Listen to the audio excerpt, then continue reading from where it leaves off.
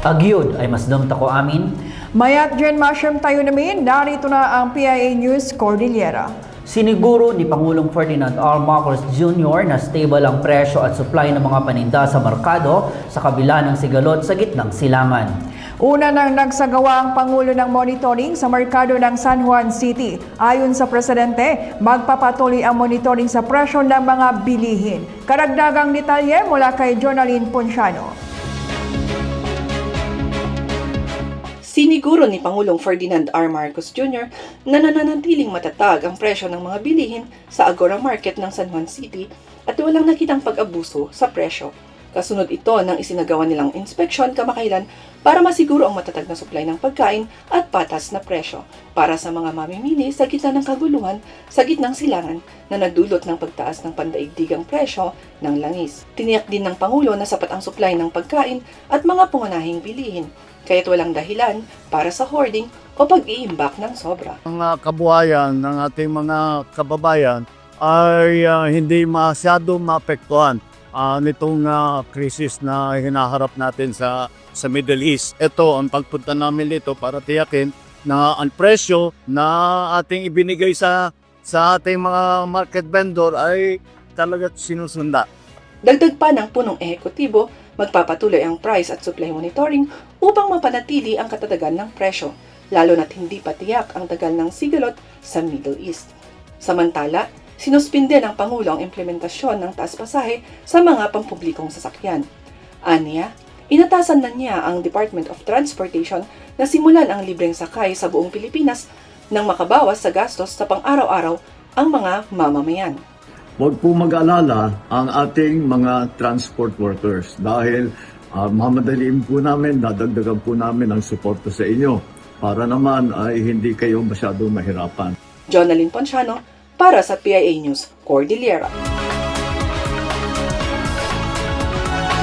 Nakatutok ang pamahalaan sa pag-aalalay sa mga sektor na apektado sa pagtaas ng presyo ng langis.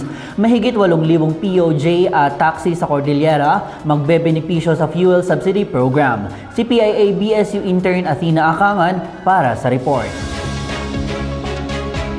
Magbibigay ng fuel subsidy ang Department of Transportation para sa mga PUJ at taxi driver dito sa rehiyon ng Cordillera.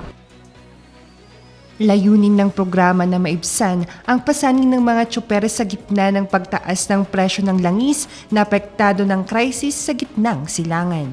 Ngayon, 5,000 yung monthly na binibigay sa lahat ng per unit sa sasakyan. Kasi kung minsan yung operator may driver siya.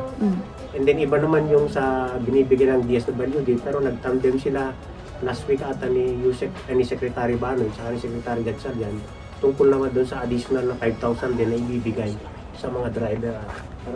Mahigit 4,000 na PUG at mahigit 3,000 na taxi ang inaasahang mabigyan ng subsidiya.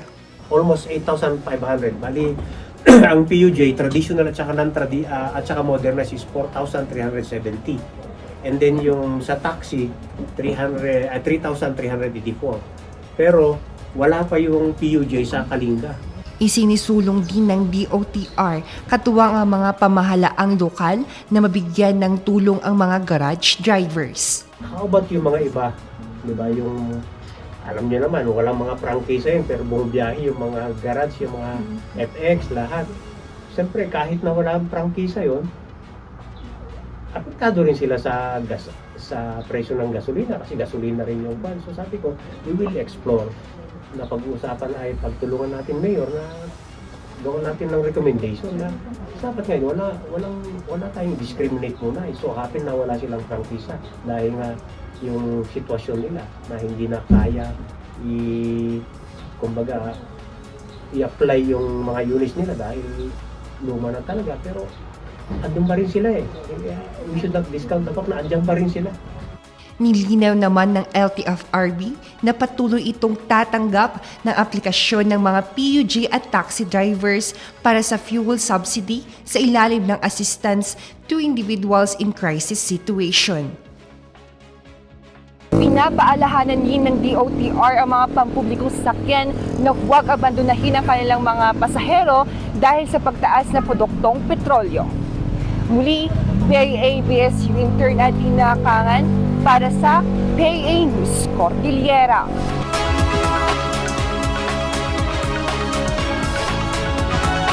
Muling nanindigan ang mga pamahalaang lokal, ahensya at former rebels para sa kapayapaan at pag-unlad. Abra Peace Congress isinagawa sa Bangged para talakayin ang mga usapin ukol sa kapayapaan at seguridad sa probinsya.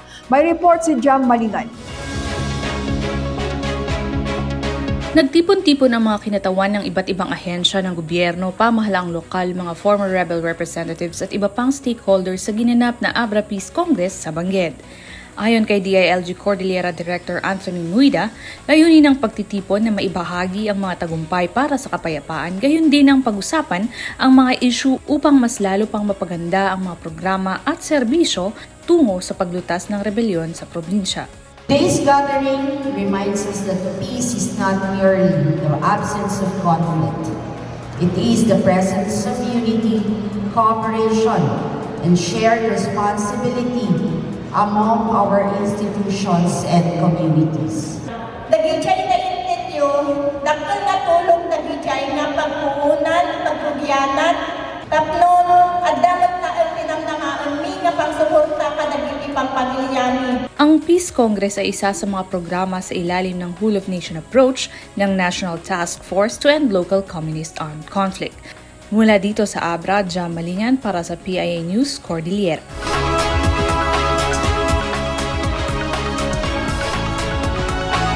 Bilang pagmamalasakit sa mga senior citizens, ipinatutupad sa Baguio City ang coding number exemption para sa kanila, partikular na ang mga may medical exemptions at work-related purposes. Detalye hatid ni PIA SLU intern Melvin Pauluton. Ang mga senior citizens ay isa sa mga mahalagang bahagi ng lipunan tungo sa pag-unlad. Ang kanilang kontribusyon gaya ng pagtulong sa cultural preservation at local development ay isang magandang epekto sa ekonomiya ng Baguio. Upang ipakita ang pagpapahalaga sa kanila, naglunsad ng bagong ordinansa na makakatulong sa mga senior citizens. Sa pangunguna ni Councilor Jose Molintas, layunin ng City Council Ordinance No. 94 na mabigyan ng coding number exemption ang mga senior citizens na kinakailangang dumaan sa Central Business District area mula alas 9 ng umaga hanggang alas 3 ng hapon para sa medical appointments at work-related purposes. Kasama rito ang mga senior citizens mula sa Baguio, La Trinidad, Itogon, Sablan, Tuba at Tublay Oblast area. Nung lumabas yung result ng study, sinabi naman ng Traffic Enforcement Unit na hindi namang nakaka-apekto sa traffic yan pag 9 to 3.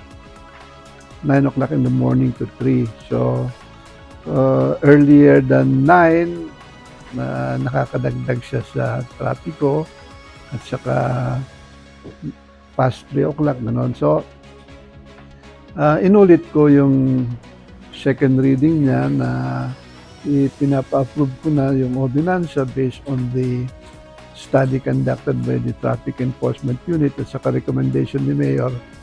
At pumayag naman ng Council na gawing including the list. Aniya, ang window hour na ito ay base sa pag-aaral ng Traffic Enforcement Unit kung saan hindi masyadong nakakaapekto sa pagbigat ng trapiko ang nasabing oras ng exemption. Pinag-iisipan din ang pagbibigay ng senior citizen sticker upang mas mapadali ang verification process. Meron tayong window na we can pass through Session Road at hindi na tayo sisitayin ng mga pulis basta meron tayong senior citizens ID. Kung maganda nga sana magkaroon tayo ng mga ilalagay mo sa window shield mo na senior citizen on board. Ilagay mo na rin ang kopya ng ID mo doon. Mas madali para hindi ka na papahintuin. Pinaalalahanan din nito ang mga pulis na magbigay ng free pass tuwing emergency cases. Mga pulis naman natin, we have cautioned them na when it comes to emergency matters, huwag na nilang tingnan yung number coding kasi mas importante yung makapag-save tayo ng buhay ng mga senior citizen na tinatakbo sila sa mga clinic or hospital. Dalawa yung hospital natin dyan na within the Central Business District yung daanan. Nagbigay din ng paglinaw ang opisyal kung bakit hindi kasama ang mga PWD sa nasabing ordinansa. Napakahirap kasi pag PWD kasi maraming classification ng PWD. So, ang ginagawa ko na lang, yung mga talagang nangangailangan, ini-endorse ko na lang sa traffic na bigyan sila ng exemption. Ang City Council Ordinance No. 94 ay dumaan muna sa pag-aaral bago ang opisyal na pagpapatupad nito noong nakaraang Disyembre. Inaasahan din ang pagbabago ng oras ng exemption kung sakaling may alternatibong solusyon sa traffic. Ang mga senior citizens ay hindi lamang isang mahalagang kasapi ng lungsod. Sila din ay ang ating pamilya at kaibigan na kinakailangan ng mas mabilis na access sa healthcare at occupational na rason. PIA SLU Intern Melvin Paloten para sa PIA News Cordillera.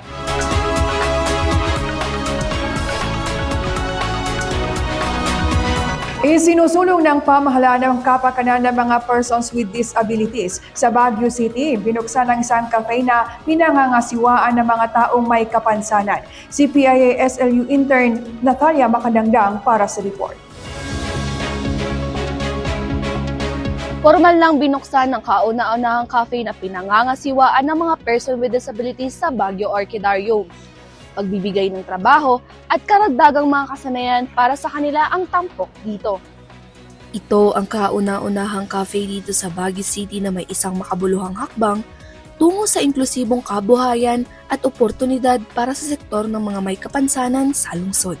Layunin ng inisyatibo na ito na mabigyan ng hanap buhay ang mga PWD at mapaunlad ang kanilang kakayahan sa larangan ng pagnenegosyo sa pamamagitan ng aktwal na karanasan sa pagpapatakbo ng isang cafe. Ito yung concept natin na ito sa pamamagitan ng ganitong pasilidad or infrastruktura, tayo po sa sangay ng gobyerno, especially local government of Baguio, this is one way of giving employment and at the same time entrepreneurial skill acquisition and development for every person with disability here in the city, equipped with this kind of knowledge and skill. And now this is now the place for you that we call home. 10 miyembro ng Persons with Disability Affairs Office Cooperative ang sumailalim sa barista training ng Technical Education and Skills Development Authority o mas kilala bilang TESDA. Nakompleto nila ang Barista National Certificate Level 2 o NC2 sa tulong ng scholarship mula sa TESDA Cordillera. Still very good kasi nai-apply ko pa rin yung mga napag-aralan namin doon, yung tinuro din ng teacher namin sa TESDA. Maipakita namin sa kanila na we can work as normal people kasi ang tingin sa mga disabled is, ibig sabihin disabled na talagang hindi na kaya magtrabaho, no? Kasi marami na ngayong mga PWDs na ang disability psychosocial, so not physically. So maraming nagtatanong, bakit ka naging PWD? Bakit ka naging ganun? Tapos ang akala nila, pag PWD ka na, hindi ka na pwedeng mag-work. Pero hindi. Napapatunayan namin sa lahat na kaya din namin. Kung anong kaya ninyo, kaya din namin. Bukod sa cafe, itinataguyod din ang iba nilang benta, gaya ng keychain, ref magnet, tote bags, at wallets na isa pa sa kanilang kabuhayan. Ang cafe ay inaasahan ding magsisilbing sentro para sa iba pang mga gawain tulad ng therapy sessions, counseling, at mga pagtitipon para sa mga PWD at kanilang pamilya. Ito po yung ating vision na mangyayari ito. Hindi lang dahil ito ay magiging cafe. This will be an extraordinary cafe because with the coordination and collaboration of all the parties here in Baguio, especially coming from the local government of Baguio, through the City Mayor's Office, Benjamin B. Magalong, Person with Disability Affairs Office, and together with the national government, we hope and pray that the sector of person with disability here in Baguio makes this place another home. Nagpahayag din naman ng suporta ang pamahalaang lokal. Ayon kay Mayor Benjamin Magalong, naglaan sila ng pondo para sa naturang cafe. Ang kikitain ng negosyo, mapupunta rin sa mga PWD. Alam mo kasi, this is a livelihood program of our persons with disability. Ang experience kasi namin, every time we provide livelihood, funds, most of the time talagang hirap maging successful, hindi nila nasusustain. Tingnan nga namin, out of the total number of programs na ginawa natin, ang baba ng ating success rate. Kaya ito naisip namin ito, why don't we put up a restaurant? Anyway, bakante naman ito. Usually, itong lugar na ito, kasi dati tinitirahan na ng mga nagbebenta rito itong mga concessionaires natin dito. So we decided na i-convert ito and we were able to finish it last year. Pero pinaka-challenge din dito is yung we need to provide and acquire good appliances, good furnitures. Talagang maganda, hindi yung ordinary lang. Patunay ang Orchidarium Cafe na sa tamang suporta at oportunidad, ang mga persons with disability ay may kakayahang makibahagi at magtagumpay sa lipunan. Isa itong hakbang tungo sa mas inklusibo at makataong komunidad kung saan ang bawat kakayahan ay binibigyang halaga. Ako si PIA SLU intern Natalia Mahadangdang para sa PIA News Cordillera. Pinalalakas ang mga pamahalaang lokal ukol sa paggamit ng bagong Unified ID System para sa mga persons with disabilities. Training para rito isinagawa sa Kalinga. May report si Iril Siknao.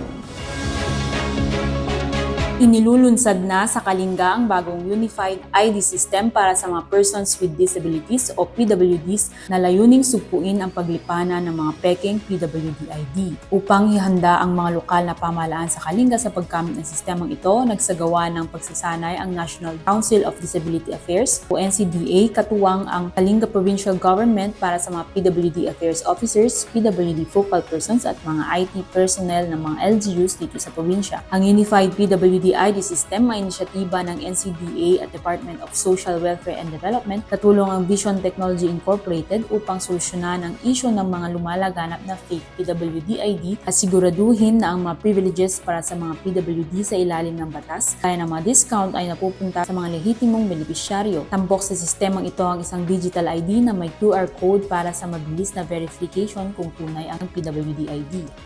So with the Unified Person with ID System, yung digital copy ng ID is meron siyang QR code.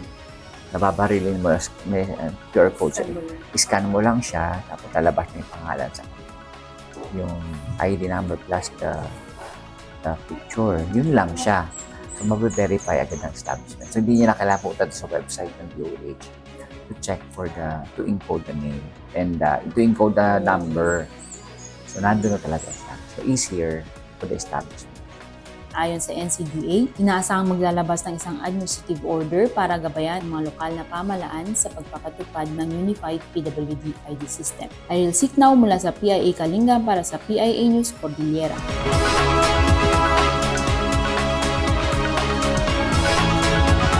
Isang babaeng Paralympian ang patuloy na nagbibigay inspirasyon sa publiko. Alamin ang kwento ng ating kababayan na kasabay ng kanyang pagiging powerlifter ay ginagampanan din niya ang kanyang papel bilang isang solo parent. Sa ulat ni PIA-BSU intern Saiza Lozano.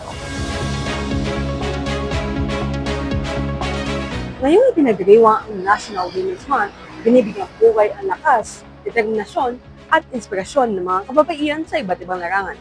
Isa na rito ang isang Paralympian athlete na hindi lamang umaharap sa hamon ng sports, kundi ginagampanan rin ang isang malaking papel sa buhay, ang pagiging isang ina.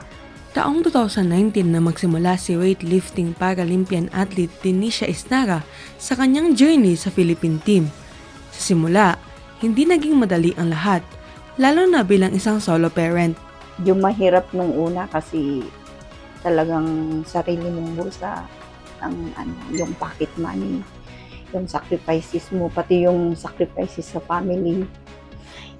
Yun ang mahirap lalo na sa akin kasi solo parent. Sa kabila nito, naging inspirasyon niya ang kanyang mga anak upang magpatuloy. Ako masyadong sumusuko kasi parang naiengganyo ako. Kung susuko ako din ang kawawa. Kawawa din yung mga anak ko. Kaya gawa ko ang lahat para maging may gagamitin sila pag nasa college na sila. Lalong nabuksan ang kanyang pananaw nang sumali siya sa samahan ng mga person with disability.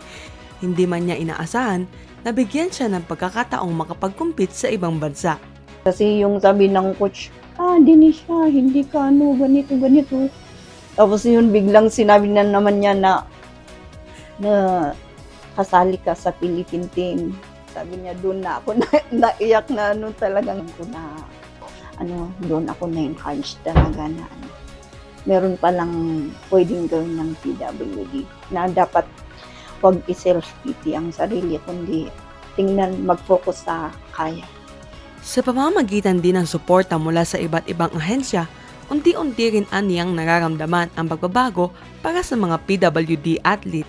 Naman nakikita na may improvement sa pundo nila para sa PWD. Patunay ang kanyang kwento na higit pa sa medalya ang laban ng isang atleta.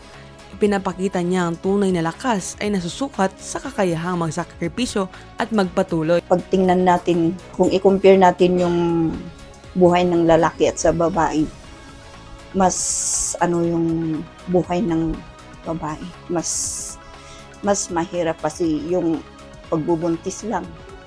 9 months naaalagaan nila yung anak nila, di ba? Tapos panganak na naman, sila na naman yung mag-aaruga hanggang sa paglaki. Yun ang trabaho na hindi kaya ng mga lalaki.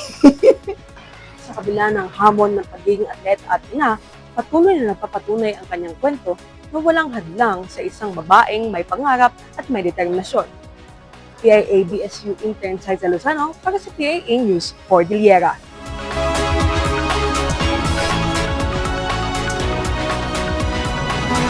Nanawagan ang Department of the Interior and Local Government Mountain Province ng Whole of Nation approach para mawakasan ang problema ukol sa presensya ng marijuana sa probinsya. Karagdagang detalye mula kay Valerie Jane Taguba.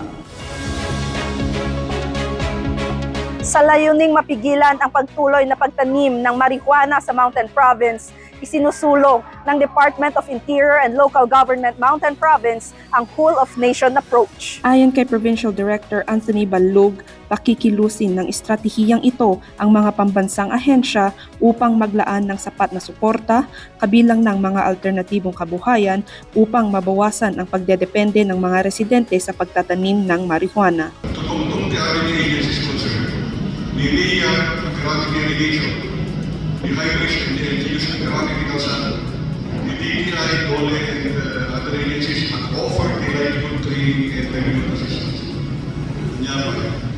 National government, the DBM, for example, download enough funds for the implementation of these projects.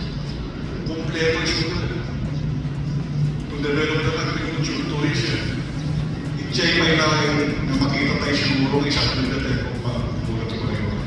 Samantala, sinuportahan naman ni PIDEA Mountain Province Representative Julius Calatan ang naturang mukhahi. I think yun po yung ultimate solution po sa problema natin dito sa Cordillera, hindi lang dito sa Mountain Province, kundi pati sa ibang areas na mayroong marijuana plantation.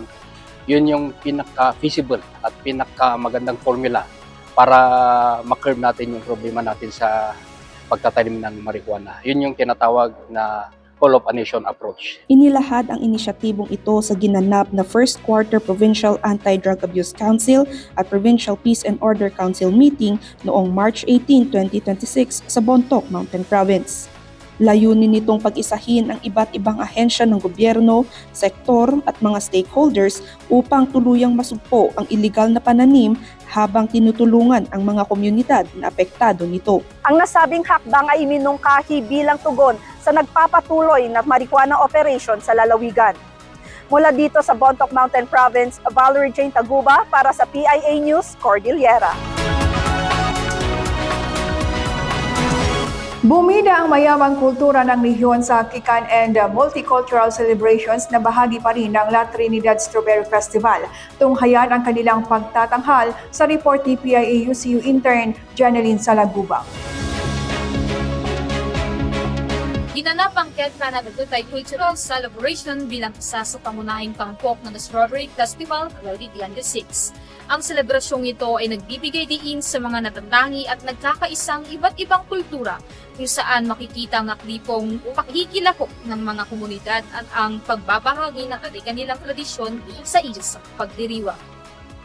Kapanapanabik ang kaganapan lalo't kapansin-pansin ang pagdagsa ng mga panauhin mula sa iba't ibang lugar. Ipinapakita nito ang lumalawak na interes at pakikiisa ng publiko sa pagdiriwang. Oh, very exciting. Beside that, there are so many guests coming from other places. Bahagi na ng Strawberry Festival ang patuloy na pagpapakilala ng cultural heritage sa publiko. Sa bawat pagdiriwang, binibigyang diin ang kahalagahan ng tradisyon, lalo na sa kabataang henerasyon upang ito ay mapanatili at may pagpatuloy. Actually, it is always being included in the strawberry. If they will celebrate the Strawberry Festival, they always have that cultural heritage that they will introduce to the people. Especially young generation, they should follow those cultural heritage nila, traditions nila. Laging bahagi ng pagdiriwang ang pagpapanatili ng tradisyon para sa kabataan.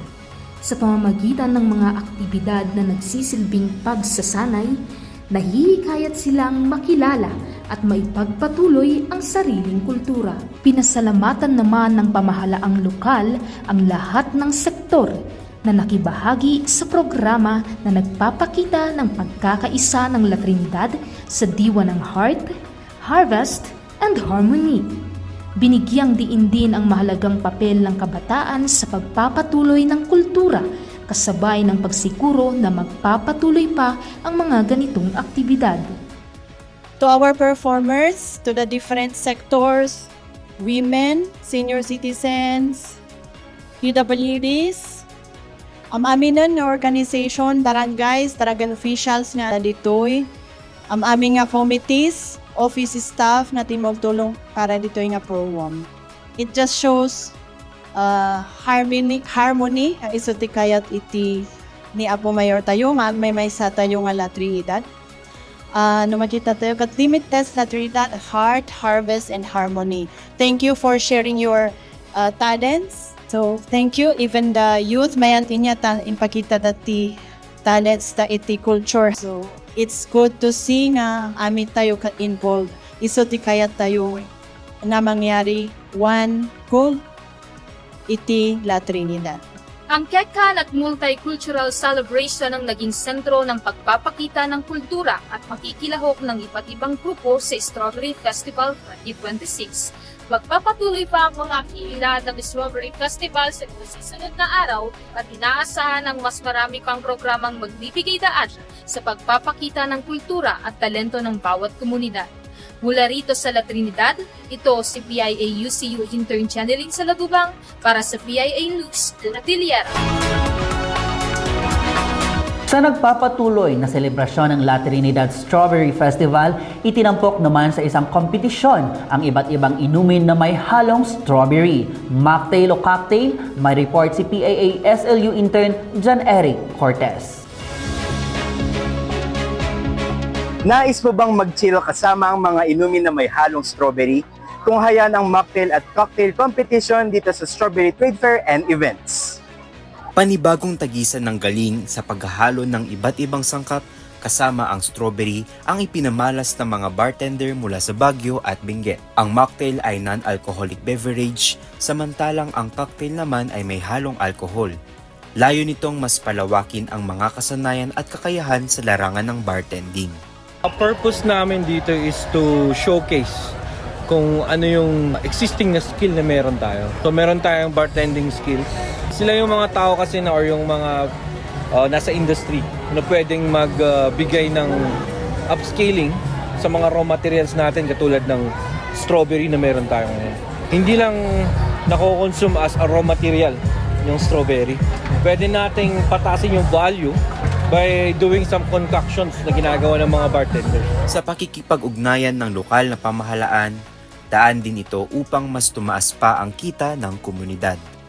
Kinuha namin sila as judges so that we can open yung opportunity na there is really a possibility na these skills makita nila na pwedeng ipakita or gamitin or we can make it a platform to increase the revenue of our community. Sa mocktail competition, itinampok ang iba't ibang refreshments sa open category. Hindi inaasahan ni Victoria ang kanyang pagkapanalo sa kompetisyon. Ang inspiration ko talaga doon is something na can make you feel warm in a cold weather, even though it's a cold drink. Something that reminds you of home. Nakakapanibago kasi first time kong mag-attend ng competition. Kaka-graduate ko lang sa TESDA a month ago.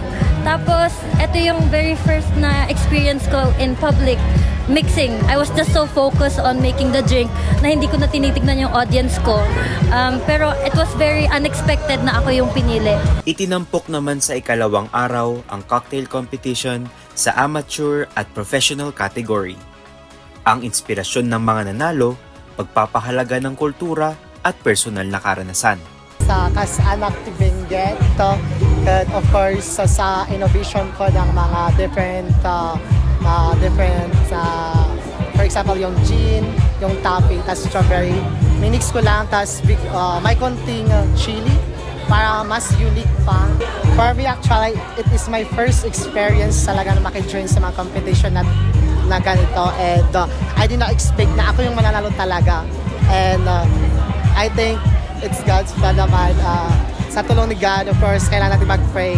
Nagsimula yan nung OJT po ako. So, that time, talagang every morning ang pasok mo. So, kailangan maaga ka.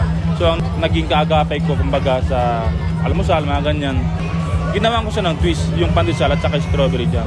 Masaya, hindi ko na-expect na lahat ng pagod, puyat, na ginawa ko. Parang pinangarap ko lang dati na maging sumali sa mga ganitong event. Bilang isang hurado, kinakailangan ding makilatis ng mabuti ang mga inumin. Mula sa presentasyon hanggang sa lasa. Dahil sa ang concept nila is strawberry, dapat yun ang bibigyan nila ng priority. Tapos meron silang molecular cocktail, yung mga niluluto, tsaka ini-infuse, bigyan din ng priority doon na ingredients. Last na lang yung yung tinatawag natin na kung anong spirit nilalagay nila doon at ano yung presentation nila, dapat magkakaterno lahat doon sa title ng drinks nila. Actually, ang isang bartender sa kapwa bartender, no? Lalong-lalo na sila mga let's say nag-uumpisa pa lang sa larangan ng mimix ng mga iba't ibang alak at saka non-alcoholic drinks na tinatawag o mocktails, no? Mahalaga yung inputs ng mga nakatuntong na sa sa tawag dito, sa field kumbaga, no? Quench your thirst. Bisitahin ng iba pang aktibidad sa festival na inihanda para sa publiko. Mula rito sa La Trinidad, Benguet, ako si PIA SLU intern John Eric Cortez para sa PIA News Cordillera. Bilang bahagi ng Montañosa Film Festival, binuksan ang Sine Musikain sa Juan Luna Drive sa may Burnham Park. Tampok dito ang pinagsama-samang pelikula, musika at iba't ibang lokal na pagkain. Magbabalita si PIA UCU intern Valerie Viernes. Nagbabalik ang isang makulay na pagdiriwang ng sining at kultura sa lungsod ng Baguio. Muling binuksan ang isang espesyal na event na nagtatampok ng mga pelikula, musika at pagkain na ipinagmamalaki ng mga lokal na artists at negosyante. Isang pagtitipon na nagbubuklod sa sining, musika at pagkain. Ito ang isang pagdiriwang ng lokal na talento at kultura. Mula sa mga pelikula at tugtugin hanggang sa masasarap na pagkain, binibigyan diin nito ang pagkakaisa at pagkilala sa kakayahan ng ating mga artists at komunidad. Sinisikain is part of Montañasa Film Festival. It is a event under Montañasa Festival organized to showcase films, showcase local music, and at the same time, meron din tayong food, which is the food fair.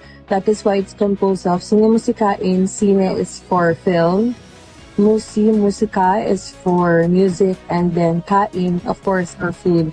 We also showcase yung mga local vendors natin dito. Meron din mga dry goods, mga pasalubong from Baguio City.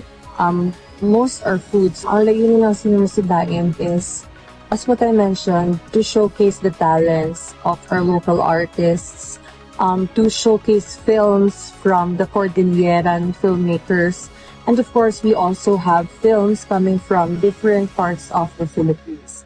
So yun, and we also have partners like Cine Goma Festival.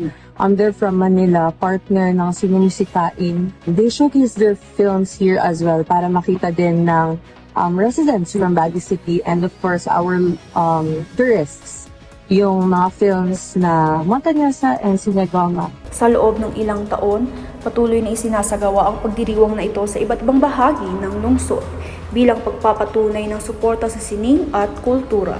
Nagtatampok din sila ng mga pelikula sa open-air film screenings ng mga nanalo sa MMF mula 2021 hanggang 2025. Katuwang ang Sine Panalo at Patawid ni Direk Jade Castro.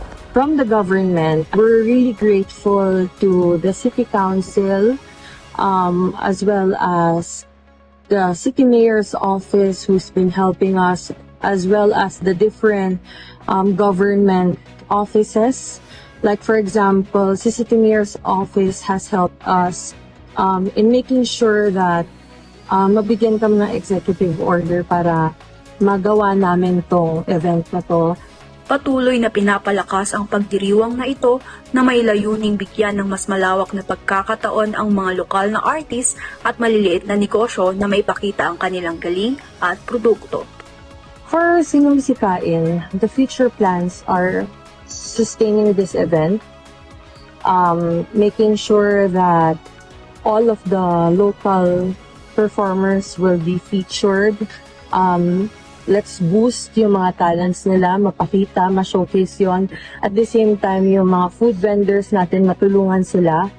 And for next year, we're hoping that Montañasa Film Festival, together with Sinemusikain, will still continue as we've been doing for 6 years already, making sure that we showcase local films, we showcase our artists, and of course, the food that we have here in the Philippines. And of course, the businesses, the small businesses, to showcase them and boost them and help them for tourism.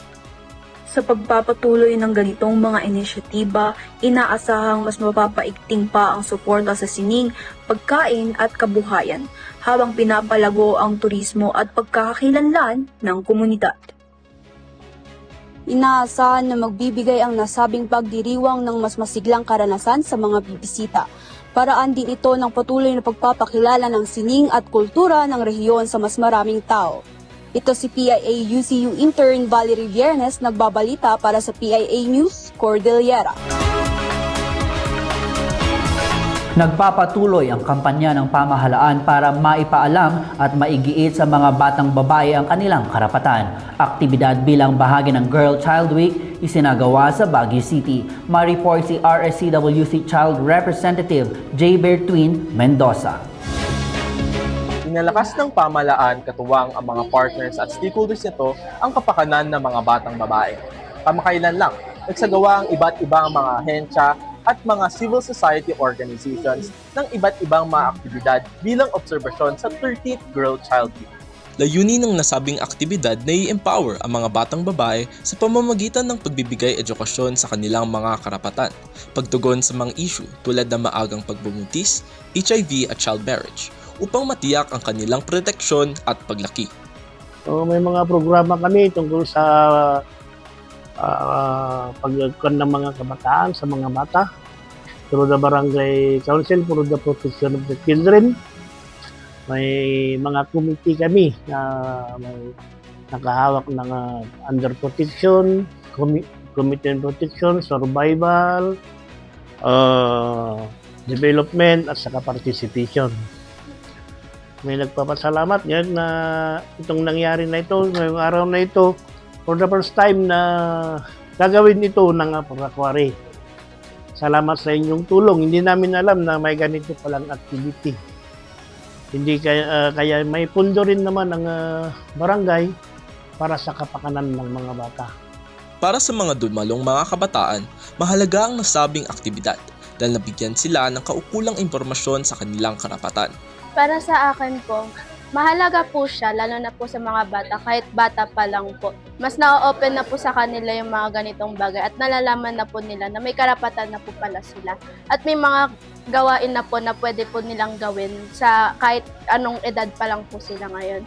Tapos po, mahalaga din po ito kasi mas naiintindihan po natin na ang mga karapatan po pala natin ay tama lang po na gawin natin at isagawa po ng ibang tao.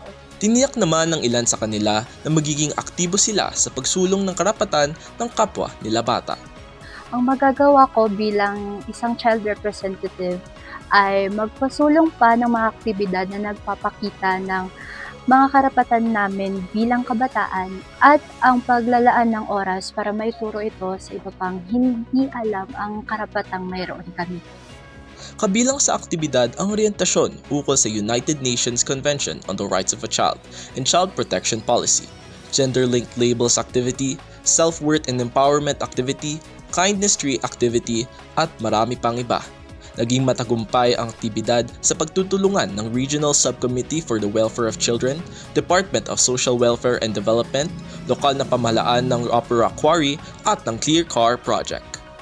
Ang Girl Child Week ay may temang katawan ko, karapatan ko, edukasyon tungo sa malaya at ligtas na pagpapasya. Mula rito sa Baguio City, J-Bear Quincy Mendoza, Child Representative para sa PIA News Cordillera. Ang mga kababaihan ay namamayagpag sa iba't ibang larangan. Isa na rito ang isang babaeng unti-unting gumagawa ng pangalan sa larangan ng pagninegosyo. Tunghayan ang kwento ng inspirasyon na hatid ni PIA-BSU intern Karena Fernandez.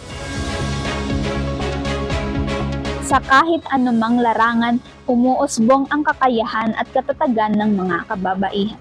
Sa industriya ng pagsasaka at pagnenegosyo, dumarami na ang mga kababaihang nagpapatunay na kaya nilang makipagsabayan.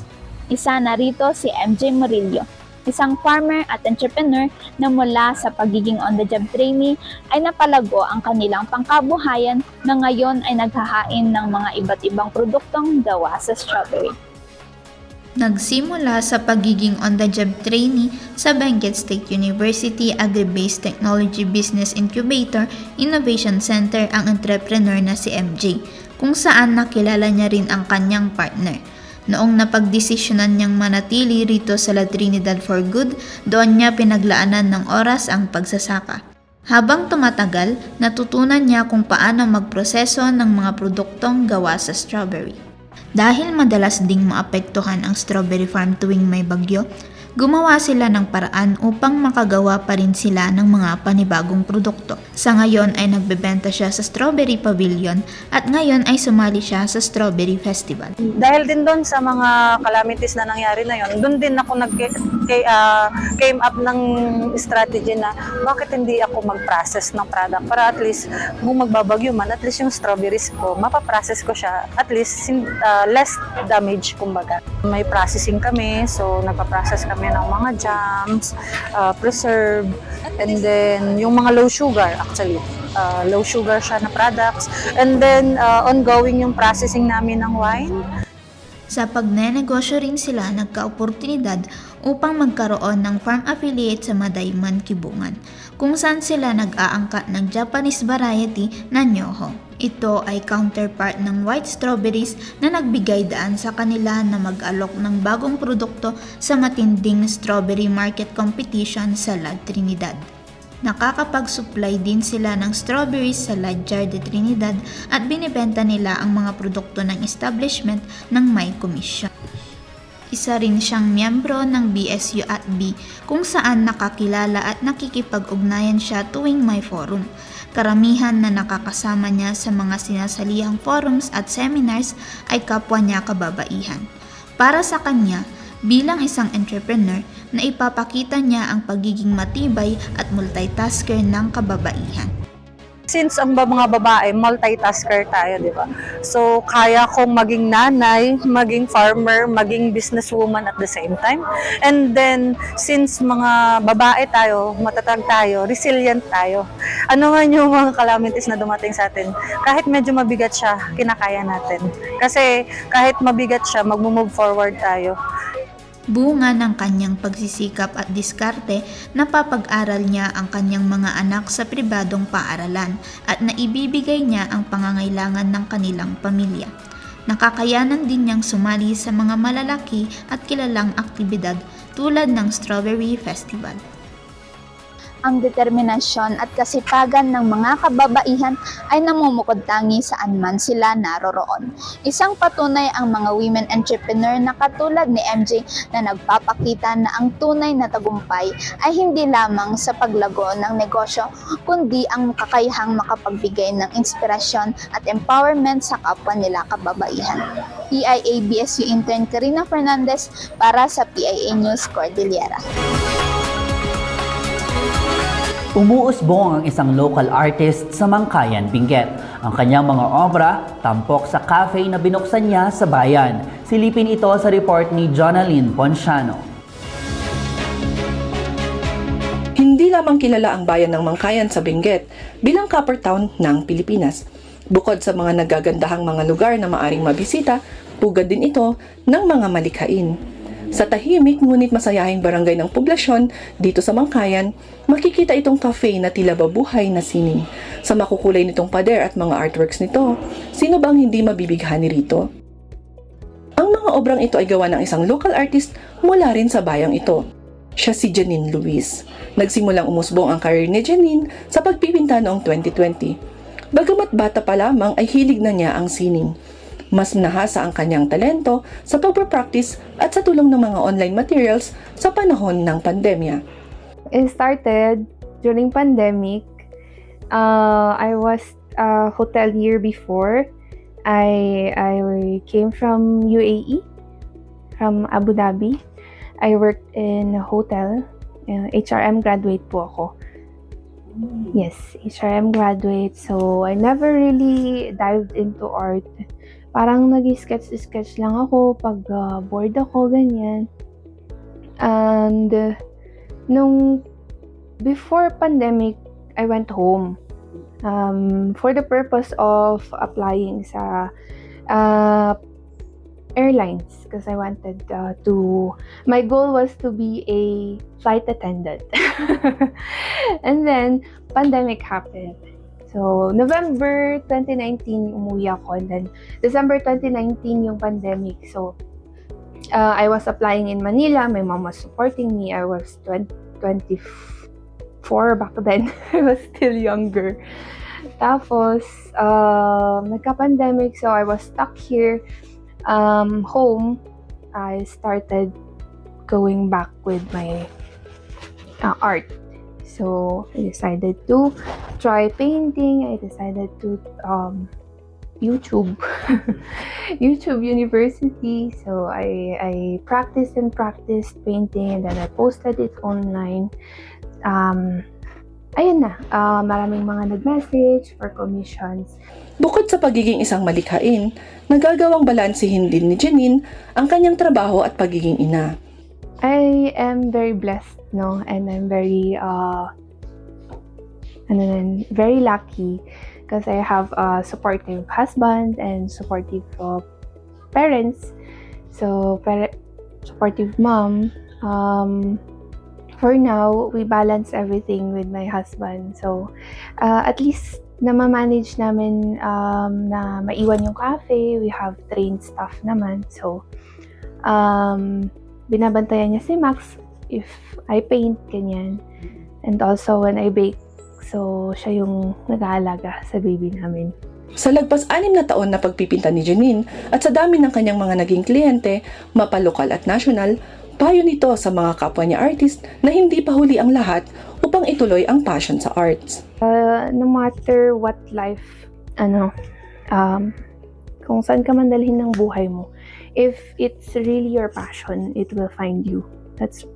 Yun yung para sa akin. So, ang advice ko lang sa iba is, it's never too late. Nakikibahagi rin si Janine sa mga trade fairs ng Department of Trade and Industry para sa mga micro, small and medium enterprises kung saan nabibigyan siya ng pagkakataon na maibida ang kanyang mga gawa.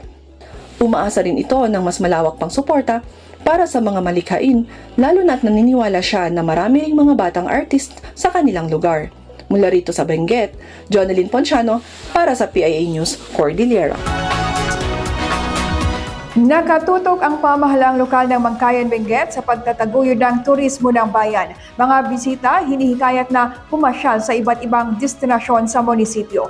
May report si Jimmy Dwayne Mendoza Sulima ng LGU Mangkayan. Isa sa mga prioridad ng Mangkayan, Benguet ang pagpapalago at pagtataguyod sa turismo ng bayan. Ayon kay Mayor Cesar Pasiwan, marami pang pasyalan sa bayan ang hindi kaanong napupuntahan na nais pa nilang ipakilala sa mga bisita. Sige tayo, matado ti tourist spot dito, hampay nga na develop, hampay nag-explore. And tourism is one of the source to income, diba? Kung may dati turista, di umay dati ende, gastos, agbayad dati, dagay mabaybayad dati pa nagpasyaran ti ilit, it's additional income. Kamakailan ay inaprubahan ang tourism code ng munisipyo kung saan nakapagtalaga na rin sila ng tourism officer. Ano dahil ito mabalin na makasyarap dito yun and hanot na di adayo. Hindi naman siya yung very accessible yung mo Mangkayan. Pintas, ano din makasyar. Aniya, maraming maaaring pasyalan sa bayan gaya ng Madalipoy View Deck, Kada Garden Tattoo, Lipanto Airstrip, Golf Course, Kabitin Hanging Bridge, mga talon at iba pa. Kasabay ng paghikayat nito sa mga turista na bumisita sa bayan ay ang kanilang panawagan ng pagpapanatili ng kalinisan sa lugar at pangangalaga sa kapaligiran. So yun yung isa sa mga priority natin, kung paano ayusin yun. Kung may dati, we encourage tourists, we invite tourists, but we sustain it, we environment time. Mula rito sa bayan ng Mangkayan, Jamie Dwayne Mendoza Sulima, Mangkayan, Mataguan.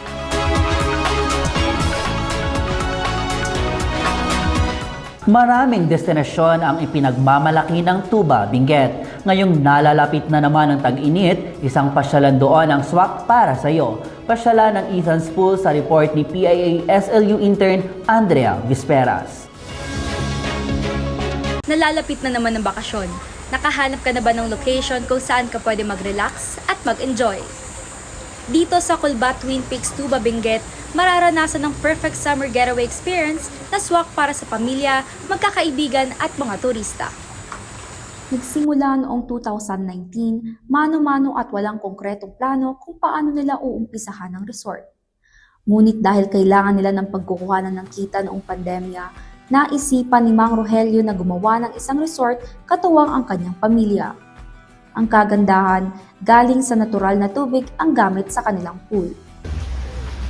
Before pandemic, siyempre, nawanti, pangalanti income, source of income, nalagi po dito yung ako. Sila for family, ganda, ininod men, papi mo, dito. At least nga si Dagti Karayan, siminto lang ti gatangan nga. Tapos, Bato, Mano-mano. howling, mano-mano. La kami mo lang nga po. Dito ubing pamilya. Spring na to. Kanaga puti falls, natural. Natural nga danom. Hindi naman tumigil ang munisipalidad sa paggawa ng mga hakbang upang itaguyod at suportahan ng mga lokal na pasyalan dito sa Tubac. Sa mga private na tourist establishments, we included them doon sa brochure natin ng mga tourism sites that we are promoting in the municipality. Dinadagdag natin sila doon sa brochure natin for marketing promotion. And we also collect data from them yung sa tourism statistics na sinasubmit din namin sa province, and it is being submitted sa regional office. So doon din natin na-monitor kung marami bang pumupunta na tourists.